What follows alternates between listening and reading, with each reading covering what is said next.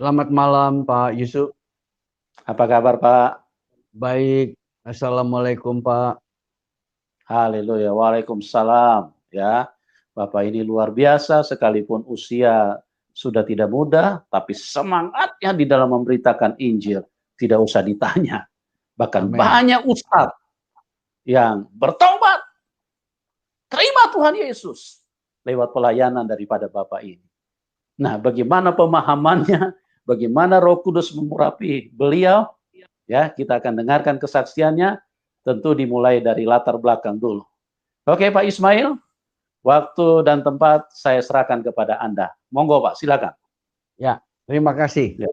Terima kasih kepada Pak Yusuf dan semua tim dan kepada para sahabat, teman yang cinta kepada acara ini dan kepada semua tentunya pendengar yang kami hormati dan kami kasihi.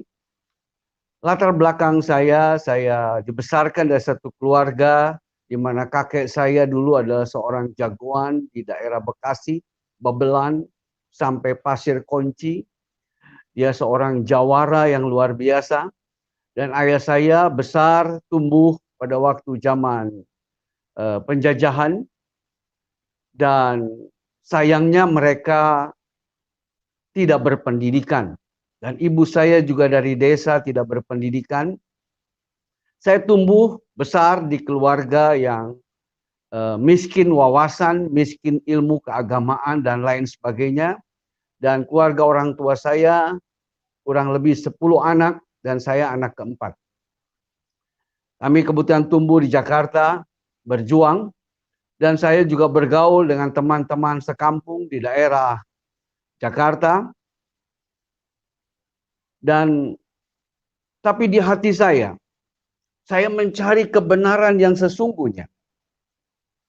Dan waktu itu, walaupun kehidupan saya sederhana, tapi saya punya rindu untuk mencari kebenaran. Saya berharap ada satu kebenaran yang bisa membimbing hidup saya ke depan dan membawa saya kepada sesuatu kehidupan yang luar biasa. Nah, Bapak, Ibu, saudara-saudara yang kami hormati, dalam pencarian kebenaran yang saya lakukan, ya, pada waktu itu saya usia remaja, pemuda, saya bertumbuh dalam kondisi kerohanian yang sangat minim ilmu wawasan, dan saya mulai mempelajari banyak agama.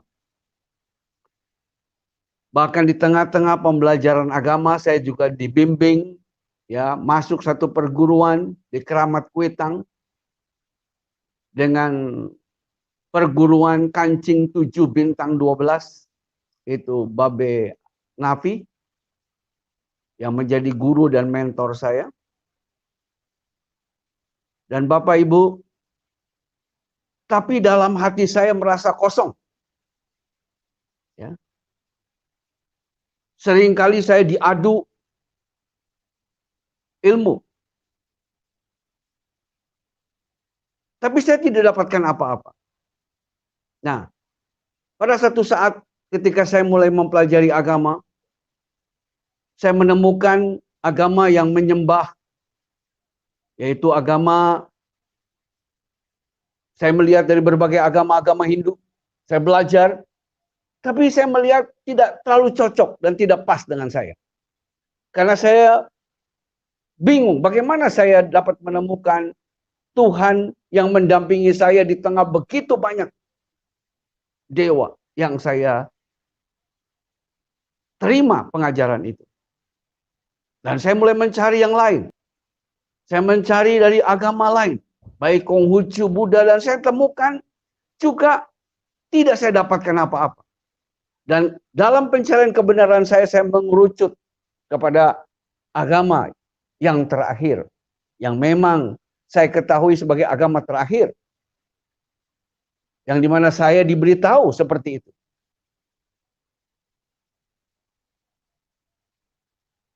Nah, di dalam pelajaran, pendalaman yang saya buat, yang saya lakukan, ya, saya menemukan sesuatu yang mengerucut kepada 3 agama, yaitu agama Yahudi,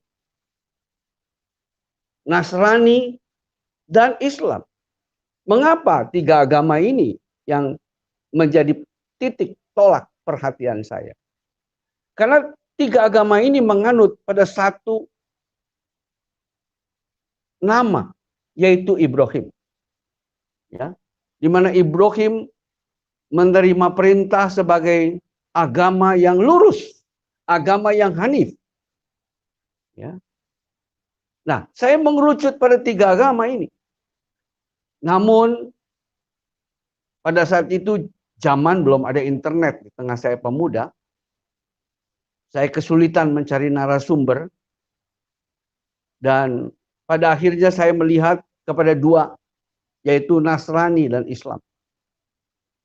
Nah, di dalam saya mempelajari mendalam berbagai hal, hanya perlu saya akui, saya tidak terlalu pandai dalam bahasa Arab. Tapi saya percaya kebenaran itu tidak terbatas dengan bahasa. Karena kalau kebenaran itu dibatasi oleh bahasa, tentu kita tidak semua bisa menemukan kebenaran. Dan saya melihat Tuhan, Allah yang maha besar, Dia adalah Allah yang mengasihi. Nah, di dalam pencarian, saya menemukan satu hal yang menarik di dalam mencari kebenaran. Yaitu ketika saya mempelajari tentang Nabi Ibrahim, ketika Nabi Ibrahim itu menerima janji dari Allah, dia menerima satu tanda. Yaitu di mana tanda itu adalah tanda sunat. Ini satu perkara kebenaran yang saya temui. Sehingga saat itu mulai anaknya pun disunat. Dia memiliki Ibrahim memiliki 2 anak, yaitu Ismail dan Ishak. Ya. Bahkan dalam konon cerita yang saya baca, Ismail disunat dan juga Ishak disunat. Dan sejak saat itu seluruh keturunan Nabi Ibrahim harus disunat. Bahkan di dalam perjalanan saya mencari kebenaran ini, saya boleh melihat dari 25 nabi, 24 khususnya. Ya. Semua nabi berasal dari bangsa Israel. Dan tiap-tiap nabi ini mengalami zamannya dengan luar biasa, sampai Nabi Isa pun disunat umur 8 hari. Nah, ketika saya menemukan kebenaran ini, saya amat tertarik. Ya. Ini kebenaran pertama yang saya temukan.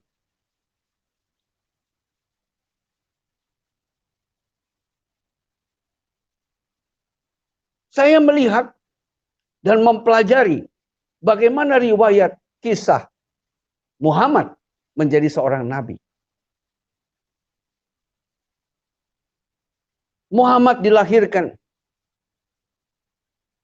pada tahun 521 Masehi, di mana saat ibunya mengandung, ayahnya meninggal. Dan ketika ayah meninggal, dia lahir dan diasuh oleh pamannya, dan kemudian diasingkan juga 2 tahun. Dan itu menurut tradisi bangsa Quraisy. Pada umur 6 tahun, ibunya meninggal. Dan kemudian mulailah dia tumbuh dalam keremajaannya. Nah, di dalam keremajaannya saya membaca dan mengikuti bagaimana Muhammad bertumbuh pada saat umur 25. Dia menikah dengan Siti Khadijah.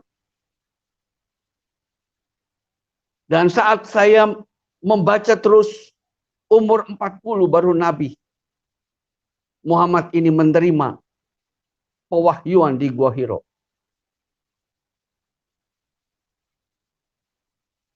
Namun dalam pengamatan saya tidak melihat Nabi Muhammad mengalami sunat. Dan ini cukup menggoncangkan saya.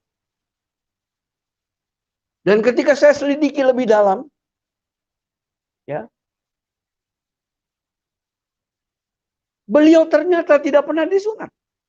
Atau tidak ada pernah berita disunat. Walaupun ada beberapa teman yang berkata dia disunat sejak lahir.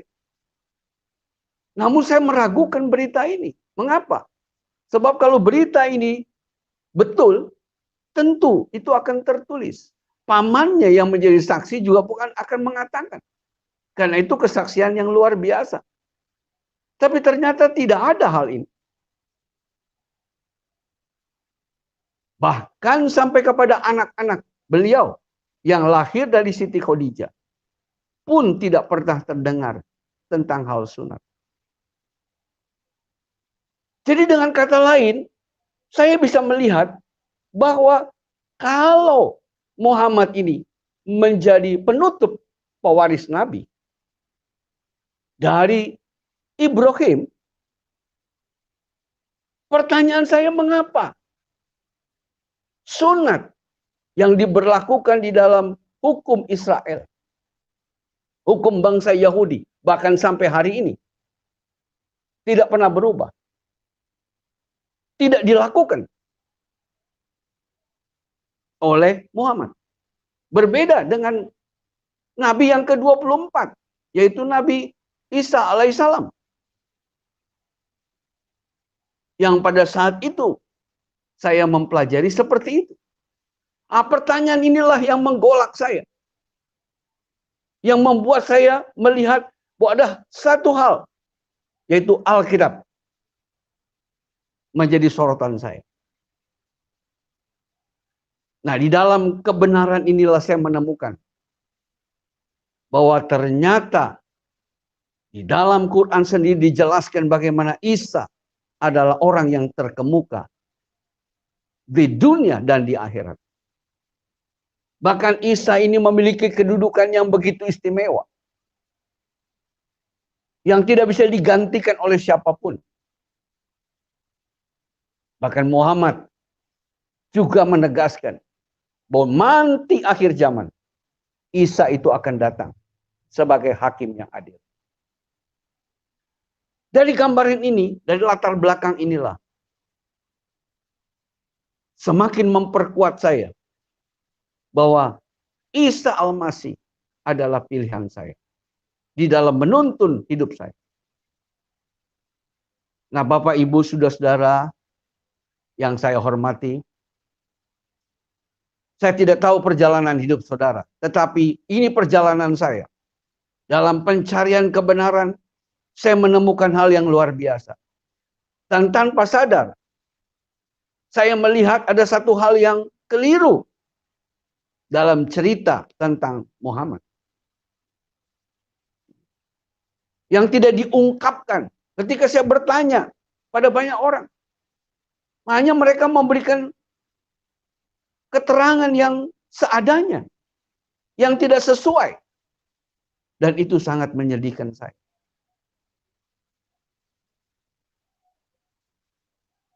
Nah, saudara-saudara, tantangan lain yang saya dapatkan ketika saya mempelajari hal ini. Saya menemukan begitu banyak pertentangan. Kenapa saya katakan ini? Karena Quran sendiri yang menantang ini. Quran sendiri yang mengatakan di dalam An-Nisa 82. Tidakkah engkau memperhatikan Al-Quran? Kalau sekiranya Al-Quran itu bukan dari sisi Allah, tentu mereka mendapat pertentangan yang banyak di dalam.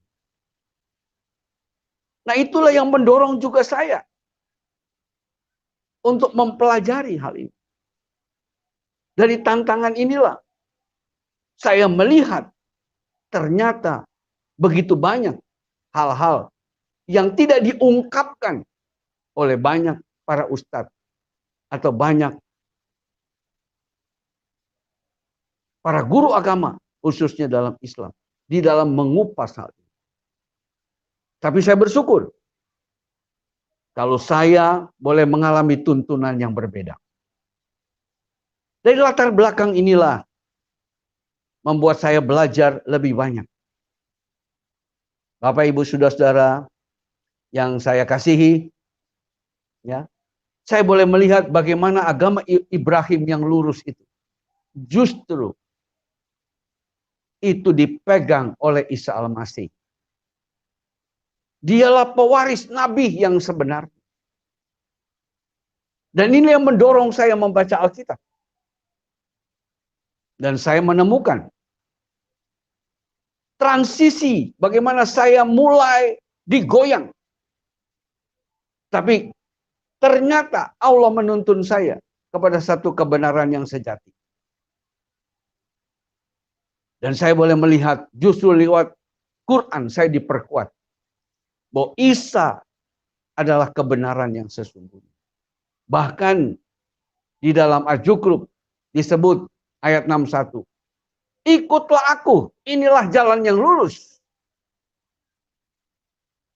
Dan lewat Isa lah kita mengetahui soal hari-hari kiamat. Maka yakinlah saya bahwa Isa adalah orang yang sungguh diutus oleh Allah. Terlebih di dalam Quran sendiri disaksikan. Diperkuat di dalam Quran ketika saya baca Alkitab bahwa Isa lahir berdasarkan Roh Kudus lewat Maryam. Dalam Alkitab disebut Maria. Benar.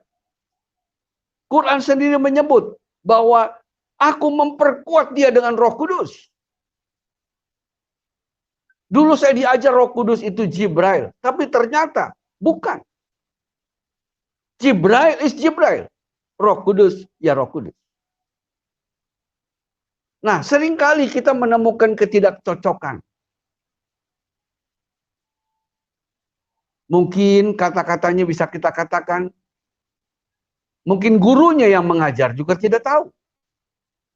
Dan kita harus cari tahu sendiri.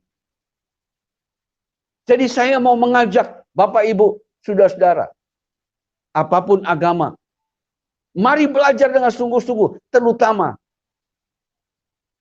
mereka yang mempelajari Quran. Mari selidiki Al-Quran kita, Al-Quranmu dengan akal sehat. Dengan sungguh-sungguh. Saya percaya saudara akan menemukan kebenaran yang sesungguhnya. Karena Al-Quran sendiri menyaksikan betapa Isa itu luar biasa. Dari segi penciptaan, kita melihat Isa itu tumbuh dengan mujizat yang luar biasa. Ketika masih bayi, dia bisa bicara. Dalam Quran, di dalam surat Maryam sudah disebutkan. Dia bisa bicara sejak bayi. Dia bisa membuat burung dari tanah dan menghidupkan. Itu mujizat yang luar biasa. Tapi ketika saya baca posisi Muhammad hanya berkata, aku tidak tahu iman. Aku tidak mengerti iman. Sebelumnya aku tidak tahu. Bahkan Quran menjelaskan, Allah menegur dia. Kalau kau masih ragu-ragu ya Muhammad, bertanyalah kepada ahli kitab sebelumnya. Saya cukup syok membaca itu. Oh, ternyata Alkitab yang ada pada zaman Nabi Muhammad itu, ya, ternyata masih sah, masih asli. Ternyata apa yang disampaikan selama ini bahwa kitab orang Kristen itu palsu, itu tidak benar. Karena pada masa Muhammad hidup, bahkan sampai meninggal, beliau selalu menekankan, bacalah kitabmu, hukumlah dengan kitabmu. Orang Yahudi disuruh dengan Tauratnya, orang Nasrani dengan Injil. Artinya, kitab yang ada saat itu masih asli. Tidak pernah mengalami perubahan. Inilah memperkuat saya untuk masuk lebih membandingkan antara Quran dan Alkitab. Dan dalam perjalanan saya, perjalanan pencarian kebenaran ini, ya, saya melihat dan menyaksikan, ya, bahwa ternyata Isa Al-Masih betul-betul ditaruh posisi sebagai yang terpenting. Sehingga saya mengabaikan berita-berita yang lain. Dan saya memegang hal ini. Jadi saya ingin mengajak kepada pemirsa yang setia pada acara ini. Mari, kalau engkau mencari kebenaran yang sesungguhnya, engkau akan menemukan itu. Jangan biarkan hatimu salah. Saya juga tidak mengalami bimbingan. Namun ketika hati kita murni, jujur, mau mencari kebenaran. Ternyata Allah itu tidak buta. Dia mampu memimpin orang pada kebenaran. Jadi lewat pengalaman saya mau mengajak Bapak Ibu, ya, untuk sungguh-sungguh fokus mencari kebenaran ini. Saya menemukan itu. Ya. Bahkan di dalam Quran ditegaskan, ya, bagaimana Nabi Isa itu melakukan perbuatan-perbuatan yang mulia. Bahkan pengikut Nabi Isa dijelaskan itu adalah orang yang akan dimuliakan sampai akhir zaman. Ini satu berita yang menggembirakan. Dan saya berharap teman-teman, sahabat saya, sebangsa dan setanah air, bahkan yang di luar negeri, kejar kebenaran yang sungguh-sungguh. Maka engkau akan menemukan kebenaran itu. Di dalam Alkitab dijelaskan siapa kebenaran itu. Kebenaran itulah Isa Al-Masih sendiri. Dialah firman yang menjadi daging. Dia yang mampu menuntun kita kepada keselamatan. Sehingga dengan bangga saya menerima Isa sebagai Tuhan saya. Nah Bapak Ibu, ketika saya berjalan ini, bukan berarti saya gampang. Saya juga mendapat tantangan dari para sahabat saya yang lama. Tantangan saya begitu berat. Memang saya tidak sampai dianiaya secara fisik. Tetapi saya mengalami aniaya secara batin. Kenapa? Kenapa di dalam Alkitab yang saya pelajari setelah saya terima? Ternyata Alkitab mengajarkan bagaimana saya harus mempertanggungjawabkan iman saya dengan sopan, dengan lemah lembut dan penuh hormat. Dan hati saya penuh kasih. Ketika saya menghadapi cemooh orang, saya menghadapi kesinisan, bahkan hal lain, saya harus rela bersabar. Saya harus rela memiliki hati yang penuh pengampunan. Dan itu penganiayaan batin yang luar biasa. Kenapa? Sebab saya dulu orangnya juga berangasan. Seperti saya katakan, saya menganut masuk dalam satu perguruan, dilatih melawan orang dan 1 dan 2, paling sedikit ban hitam.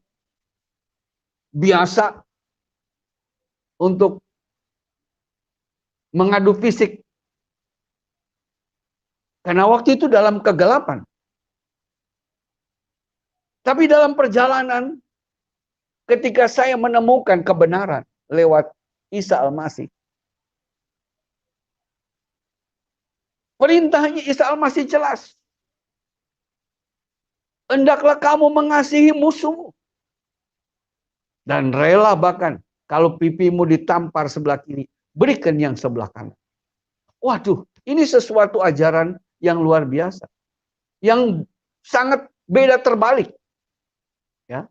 Oleh sebab itu ketika saya melihat bagaimana ajaran-ajaran agama yang disalahartikan, bahkan digunakan untuk hal-hal yang salah, membuat orang rela mati bunuh diri, bahkan membawa anak istri untuk mati demi sesuatu kebenaran yang tidak jelas. Saya ingin mengajak pada Bapak Ibu, mari pelajari kebenaran yang jelas, dan kebenaran itu ada di dalam Alkitab.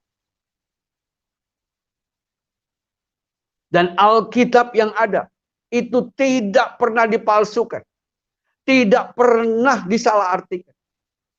Bahwa komentar Quran terhadap para rabi, pendeta dan Nasrani yang ada pada zaman Quran, Al-Quran sendiri mencatat itu.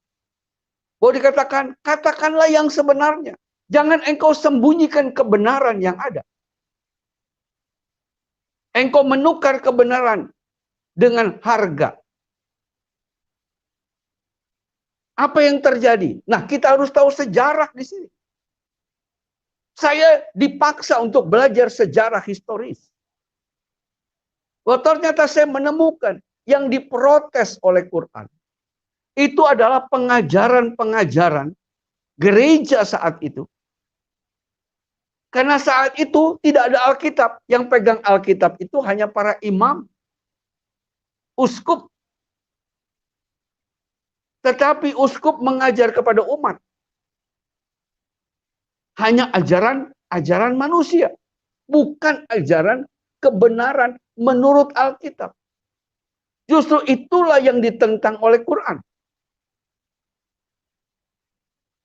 Muhammad menentang itu. Engkau tidak mengatakan yang sejujurnya, engkau tidak mengatakan yang sebenarnya. Maka kalau engkau tahu apa yang kukatakan, firman yang kukatakan, kata Muhammad saat itu, engkau akan mengenal bahwa itu berasal dari Injil.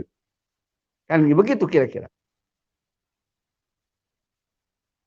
Itulah protes Muhammad kepada orang Nasrani dan orang Yahudi. Nah, orang Yahudi dan Nasrani memang saat itu bertengkar. Sejak Bait Allah dihancurkan, orang Yahudi dicerai-beraikan, kekristenan Nasrani bertumbuh dengan kerajaan Romawinya. Karena kerajaan Romawi akhirnya masuk Nasrani.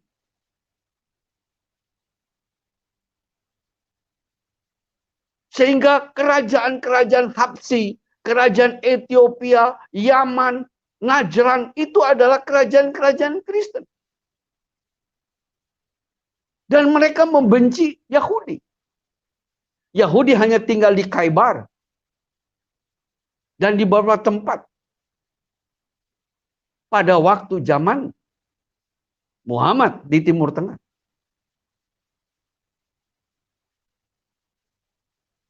Inilah yang diprotes oleh Muhammad. Perebutan, pertentangan antara Yahudi dan Kristen. Yahudi menolak akan Isa. Oleh sebab itu jelas di dalam Al-Quran. Nah, ketika kita mampu melihat kebenaran ini, saudara akan melihat di mana kebenaran yang Allah taruh.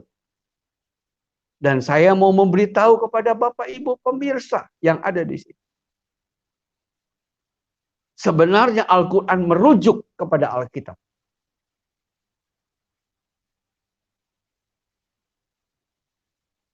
Kebenaran lain yang saya dapat, yaitu ketika Muhammad menerima pewahyuan pertama. Saya menganalogikan begini. Ya.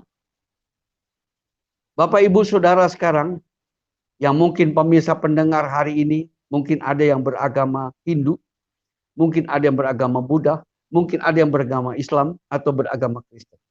Kalau saudara di tempat saudara masing-masing, saudara mengalami tekanan, depresi yang luar biasa. Misalnya kalau saudara seorang Islam, kira-kira saudara mencari kekuatan pertolongan untuk jiwa saudara yang tertekan. Kalau saudara seorang Islam, saudara pergi ke ustadz, atau saudara pergi ke pendeta, atau ke biksu. Saya percaya saudara akan pergi ke ustadz. Kenapa? Sebab itu seiman dengan saudara. Itu sepemahaman dengan saudara. Tidak mungkin saudara cari yang lain. Begitu pula sebaliknya si Kristen.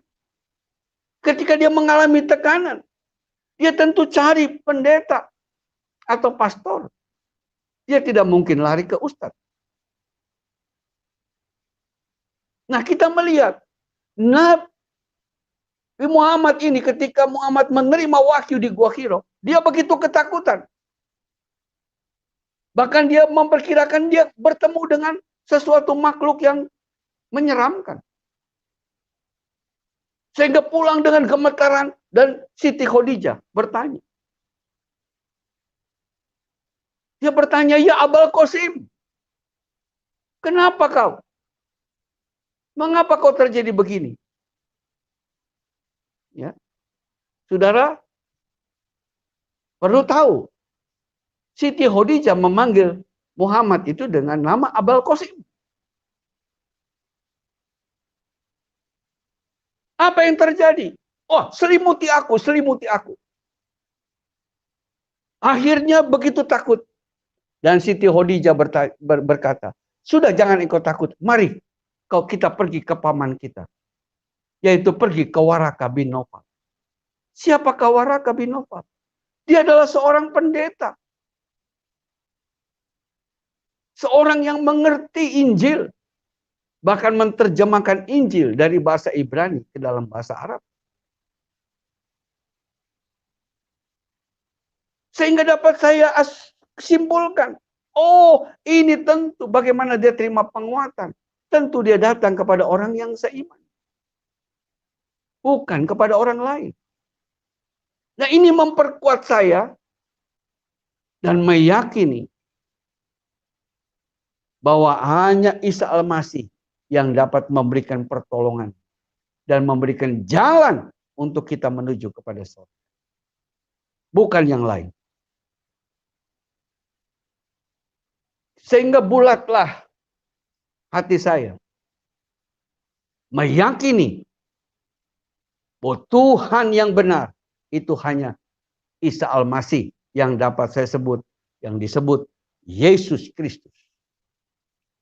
Nah, inilah yang saya mau sampaikan kepada Bapak Ibu pemirsa yang berbahagia pada malam ini. Ya. Pengalaman spiritual yang saya alami tadi aniaya tidak lain adalah aniaya secara batin. Aniaya secara bagaimana saya harus siap rela menderita bagi Tuhan saya. Dan saya harus siap memberitakan apapun resikonya. Inilah yang membuat tadi seperti dikatakan oleh Pak Yusuf Manibulu kalau saya tidak salah, ya. Pak Yusuf mengatakan sampai usia seperti ini saya masih semangat. Mengapa? Karena saya melihat kebenaran yang sesungguhnya yang saya tidak temukan di manapun. Di keyakinan manapun. Selain di dalam Yesus Kristus. Tuhan itu sendiri. Aniaya lain adalah kita harus melawan rasa takut. Takut tidak punya teman. Takut dimusuhi. Dan takut segala hal. Tapi saya percaya ketika kebenaran dari sang kebenaran itu ada di dalam hati saya, maka dia menuntun saya untuk mengalami ketenangan dalam jiwa, melawan kemunafikan.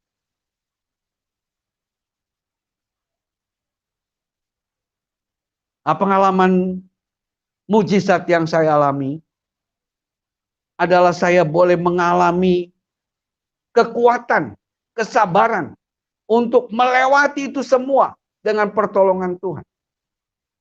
Dan saya percaya itu adalah mujizat.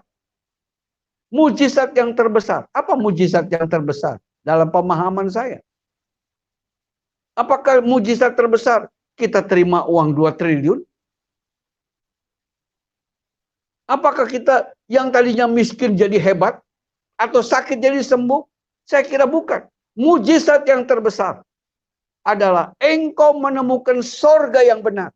Menemukan Tuhan yang benar. Menemukan kitab yang benar. Dan menerima, mengetahui jalan yang benar. Itu jalan yang lurus. Ketika kita dibukakan kesempatan itu mujizat terbesar dan tidak ada nilai. Maukah Bapak Ibu menerima mujizat terbesar? Saya mau mengajak Bapak Ibu, pemirsa yang berbahagia. Mari terima mujizat ini. Karena mujizat ini nilainya kekekalan.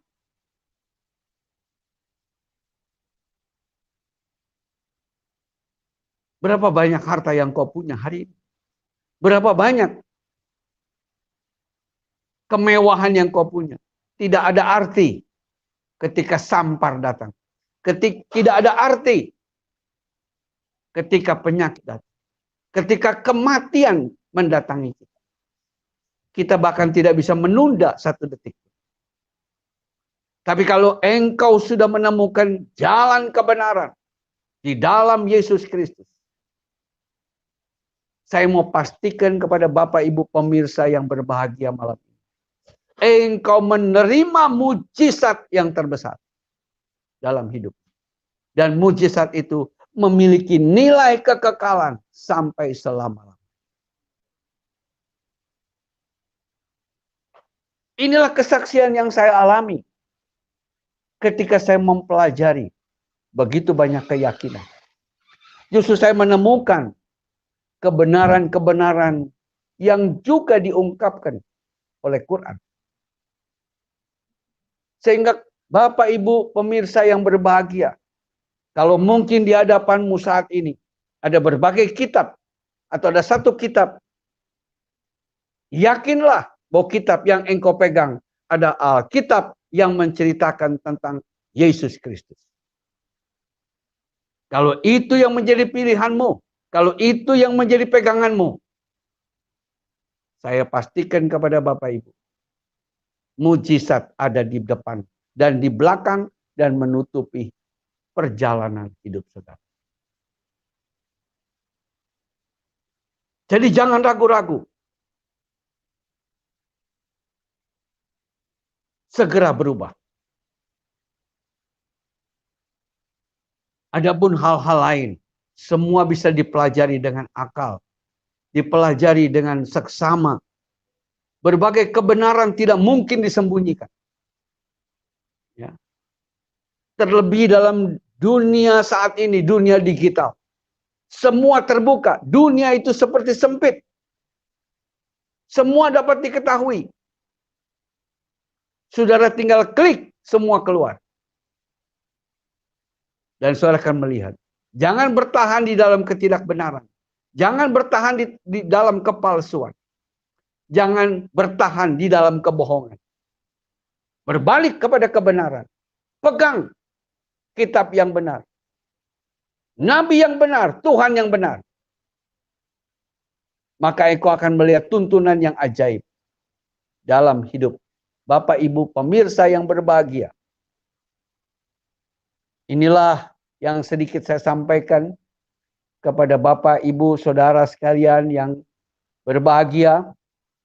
Biarlah acara ini dapat menjadi berkah buat kita semua, buat pendengar yang berbahagia, dan terima kasih buat Bapak Yusuf yang telah memfasilitasi selalu acara ini.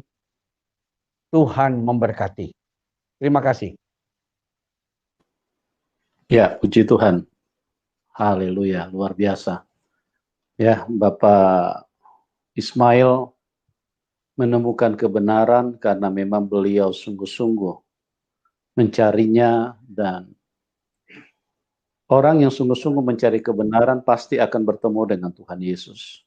Amin. Tetapi kalau orang yang terus membenarkan dirinya tanpa dia sadari, maka dia akan menjadi Tuhan atas dirinya sendiri. Kebenaran itu punya Tuhan, bukan punya manusia, bukan pikiran manusia.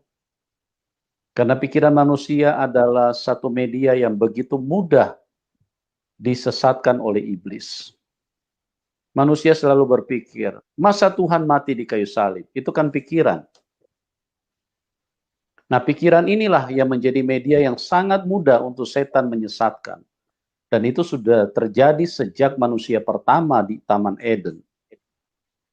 Tuhan berfirman, jangan makan buah itu. Setan berkata, makan saja, jangan dengar Tuhan.